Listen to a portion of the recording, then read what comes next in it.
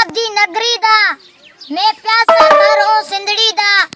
हम पिछले 3 महीनों से सोशल मीडिया पे पानी के लिए आवाज उठा रहे हैं, लेकिन आज तक किसी ने हमारी आवाज नहीं सुनी। पानी का एहसास आपको क्या पता साहब, हमसे पूछो, एक बूंद के लिए तरस रहे हैं। क्या ऐसा कोई हुक्मरान है मेरे वतन का, कभी तो हम जैसे मासूम बच्चों की आवाज सुना करें।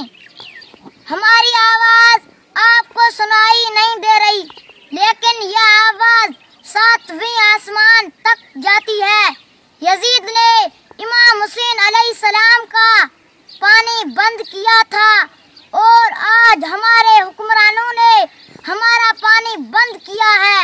हम पुरजोर अपील करते हैं, हमें जल्द से जल्द पानी दो। हमारा गांव साहब डिंडोजी ढानी, यूसी कालारियो, तालुका डाली, जिला थारपारकर मिट्टी। हमारा गांव 50 घरों पे मुश्तमिल है। कई बरस बीत गए, लेकिन आज तक किसी ने कुछ ना दिया। सबसे बड़ा मसला पानी का है, जो इंसानों, जानवरों और परिंदों के जिंदगी का हिस्सा है, हमें उनसे महरूम कर दिया है। हम पुरजोर अपील करते हैं, हमें जल्द से जल्द पानी दो।